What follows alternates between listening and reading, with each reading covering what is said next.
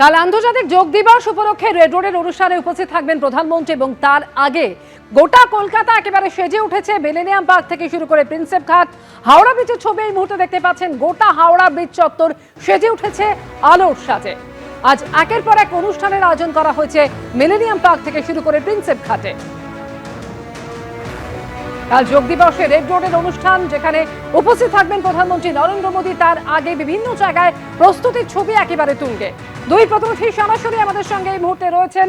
অরিত্রিক ভট্টাচার্য রয়েছেন millennium park থেকে এবং সুকান্ত মুখোপাধ্যায় রয়েছেন প্রিন্সেপ ঘাট থেকে। প্রথমে অরিত্রিকের কাছে চলে আসি। অরিত্রিক, একের পর এক অনুষ্ঠান এবং তার মধ্যেই আমরা দেখলাম মিলেনিয়াম পার্ক কি অসাধারণভাবে সেজে উঠেছে। তোমার পিছনে ছবিটা এই মুহূর্তে কি? দেখো, এই মুহূর্তে মিলেনিয়াম পার্কেই রয়েছে এবং সেখানে একেবারে প্রস্তুতি অনেকটা এগিয়ে গিয়েছে, কারণ আজকের মূল আকর্ষণ যে ড্রোন শো তার সময় হয়েছে। আমি প্রবীরকে দেখাতে বলবো এই মুহূর্তে মিলেনিয়াম পার্কের ছবিটা। একদিকে যেমন আলো রং ঝলমল করছে, অন্যদিকে প্রচুর মানুষের উপস্থিতি। আজকে এক কথায় এটাই মিলেনিয়াম পার্কের ছবি। আজকের যে ড্রোন শো সেটা আরও কিছুক্ষণ পরে শুরু হওয়ার কথা। 3000 ড্রোনের মাধ্যমে এই শোটি হবে।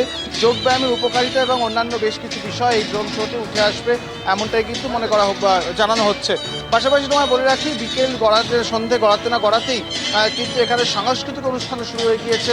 কিছুক্ষণ আগেও যখন তোমাদের সঙ্গে কথা হচ্ছিল তখন আমরা দেখছিলাম যে শ্রীখোল বাজছিল, আর এখন যেটা আমরা দেখতে পাচ্ছি যে মূল মঞ্চ হয়েছে সেখানে কিন্তু নাচের অনুষ্ঠান হচ্ছে।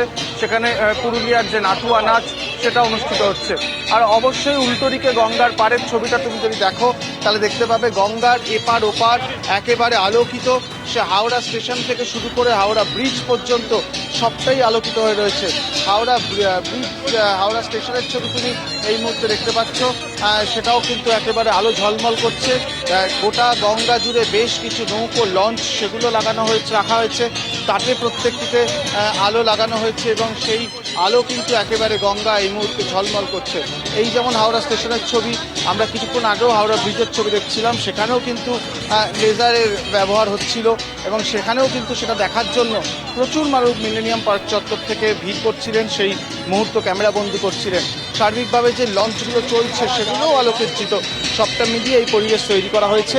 তবে মূল যে আকর্ষণ সেটা কিন্তু অবশ্যই ড্রোন শো, যেটার জন্য মানুষ অপেক্ষা করছেন। কিছুক্ষণ পর সেই ড্রোন শো হবে এমনটাই জানানো হচ্ছে। সেখানে 3000 ড্রোনের মাধ্যমে ফুটে উঠবে যোগব্যায়ামের উপকারিতা এবং অন্যান্য বিষয়। এবং এখনো পর্যন্ত মিলেনিয়াম পার্ক লোকারণ্য। এই যেন আর একটা দুর্গাপুজোর মতন ছবি প্রায় এখানে তৈরি হয়েছে এবং মানুষজন অপেক্ষা করছে আজকের যে শোয়ের যে ক্লাইম্যাক্স, অর্থাৎ এই ড্রোন শোয়ের জন্য। নিঃসন্দেহে অন্যতম আকর্ষণ হচ্ছে এই ড্রোন শো, যার মাধ্যমে যোগের উপকারিতা তুলে ধরা হবে। 3000 ড্রোনের মাধ্যমে তা তুলে ধরা হবে এবং তা দেখার জন্য এই মুহূর্ত বহু মানুষের ভিড় সেখানে। এবিপি আনন্দ, এগিয়ে থাকে, এগিয়ে রাখে।